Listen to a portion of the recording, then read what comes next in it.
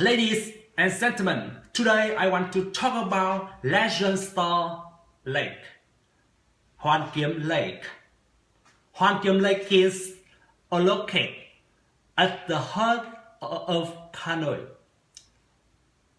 It's the pride of Hanoians and people around the capital. The name is the Lake of Crystal Salt. It refers to 50th century legend in which Lele King received a song from a magic golden turtle live in the lake to defeat the enemy.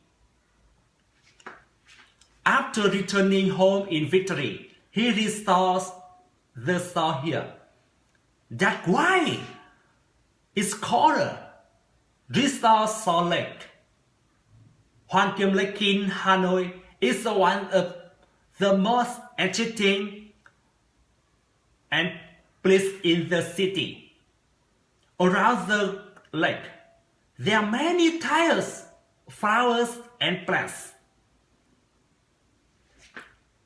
So, early in the morning, people enjoy going along the lake for morning exercise, badminton, and touching in fresh air.